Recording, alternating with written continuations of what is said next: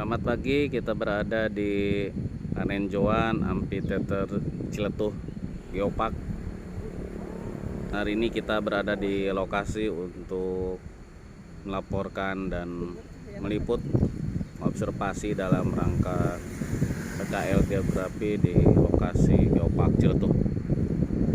Pak Erwin barangkali mendekat, boleh diterangkan seperti apa dan bagaimana amphitheater ini terbentuk?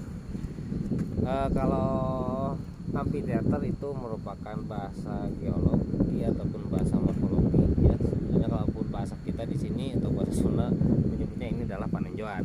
Jadi kalau ke sini menanyakan tentang amphitheater ataupun masjid amphitheater, tidak akan menunjukkan lokasinya karena di sini ya Panenjoan lah orang menyebutnya. Nah, bagaimana sih proses terbentuknya amphitheater ini?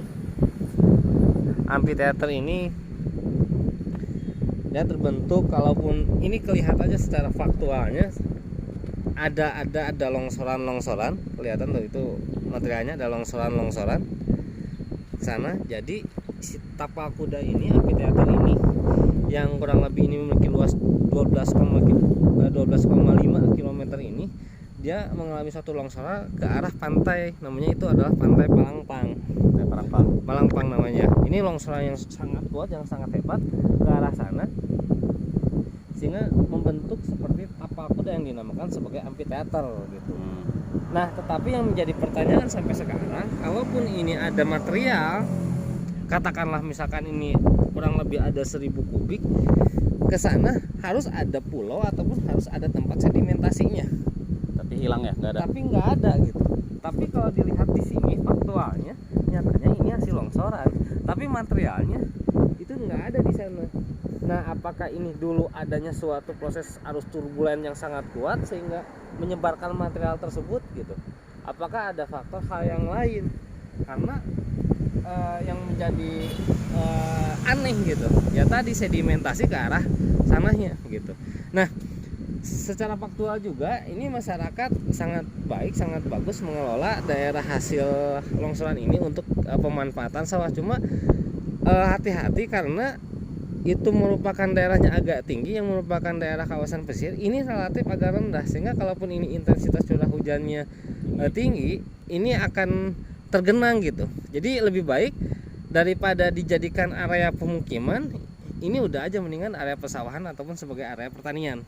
Kalau pemukiman agak riskan, Jadi di sini lebih rendah itu pesisir. Itu bisa agak tinggi gitu. Mendingan, karena kenapa itu agak tinggi? Ada gelombang yang membawa material ke arah pesisir, sehingga akan bertambah materialnya di sini. Karena tadi hasil dari longsoran relatif agak rendah, maka bisa kelihatan tuh di sana. Kalaupun sekarang intensitasnya lagi tinggi dan dari malam sampai pagi hujan, itu banyak area persawahan yang tergenang.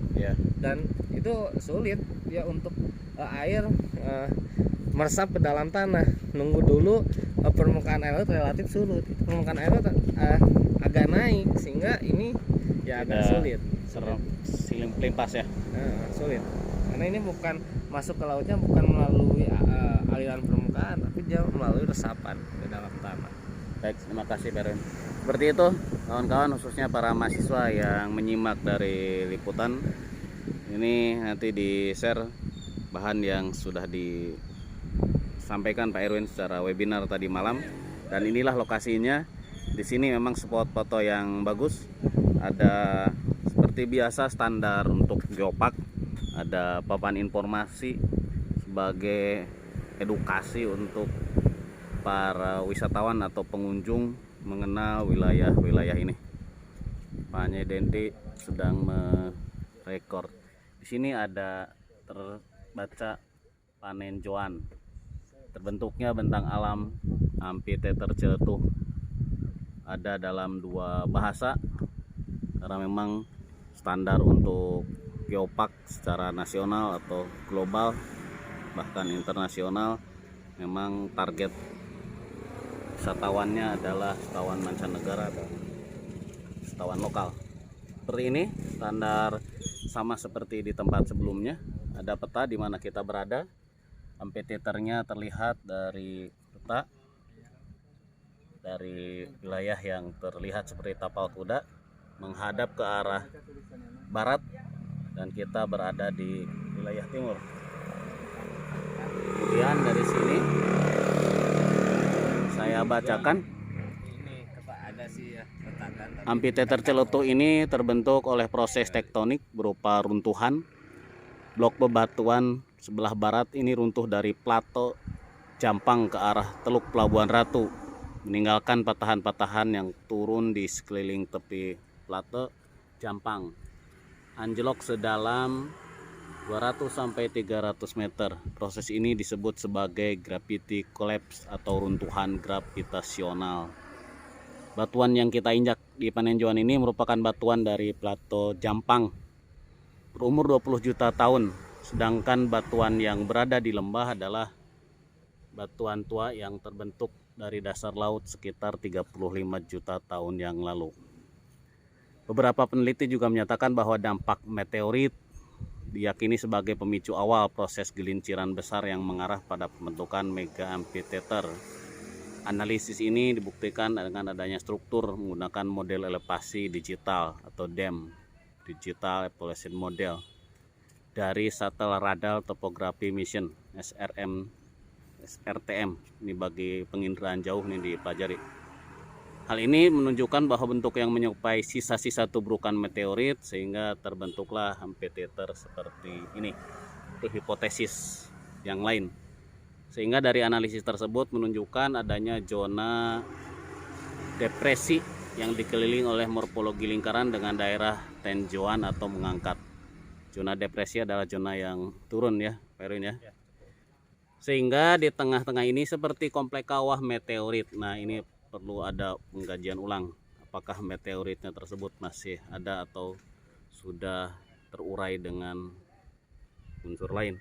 Di zona depresinya ini ada belokan Sungai Ciletuh, menunjukkan kompresi karena pergerakan ke arah barat daya. Barat daya ini ya. Barat daya itu dari arah barat ke lebih rendah dikit. Kemudian secara geomorfologi, analisis ini menunjukkan bukti awal kemungkinan meteorit berdampak pada amphitheater Celetuh. Jadi dari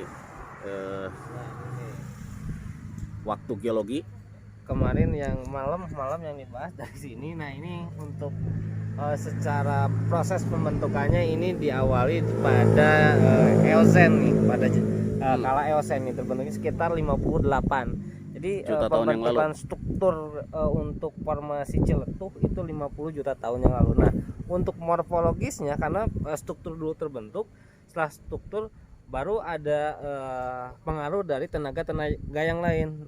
Ini berarti struktur katakanlah ini terbentuk akibat endogen. Nah, eksogen dan ekstraterestrial yang ini tadi hubungannya dengan meteorit Meteor. dipengaruhi. Nah, ini pada terbentuk pada tahun kuarter dari sini. masa kuarter. Jadi struktur dulu, kemudian Ciletuh, kemudian setelah Ciletuh membentuk lagi ada formasi Jampang karena pengaruh dari tektonik. Nah, baru proses pembentukan alam pada zaman kuarter, yaitu pada Pleistocene, berarti kuarter awal ataupun Jadi secara geologi ini sudah terbentuk, kemudian terbentuk ada dulu perubahan. formasi Ciletuh, formasi Jampang, dan proses pembentukan ini morfologisnya itu pada kuarter. Berarti dimungkinkan 2 juta tahun yang lalu terbentuk. Teorinya seperti ini, awal mulanya bukit utuh seperti itu. Ada ini, kemudian ini, nah ini ada retakan. Emang ada satu jatuhan meteorit, tapi ini pada awalnya sudah ada retakan. Jadi meteorit jatuh ditambah sudah ada retakan, jadi longsorannya cukup kuat. Retakan atau sesar Pak? Retakan ini fracture. Ya. Retakan. Oke, nah seperti ini jadi dari visualnya bukit utuh atau wilayah dom gitu ya. Kemudian meteor jatuh, kemudian terdapat limpasan atau lepasnya material tanah, kemudian sekarang terbuka menjadi peta seperti ini. Nah, yang menjadi pertanyaan besar dari sebagian material yang ini, yang sebanyak atau seutuh ini di daerah baratnya itu terlihat tidak terdapat gunukan ataupun timbunan dari material yang tererosi atau lepas dari wilayah ini. Nah, kalau apakah struktur nih bisa kelihatan itu batuan yang masih kelihatan kenampakannya dari segi struktur, itu berarti yang tadi yang ke depan di depan itu tadi ada retakan-retakan. Nah di sini mah bukan lagi retakan, kalaupun seperti ini berarti ini ada veolut, ada patahan di sini. ya berarti kan kalau ininya batu mestinya di sana juga banyak batu Banyak begitu ya. material batu itu. Tapi kalau lumpur atau tanah pasir dan kemudian sudah berevolusi atau tersedimen di sana, nah ini nampak dari jauhan kita memang tidak terdapat material sebanyak lepasan di sini yang menumpuk di arah barat, arah longsoran atau arah tererosinya atau bergeraknya material baik tanah atau batuan di sini.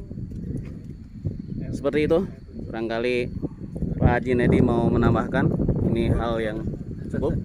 Ya.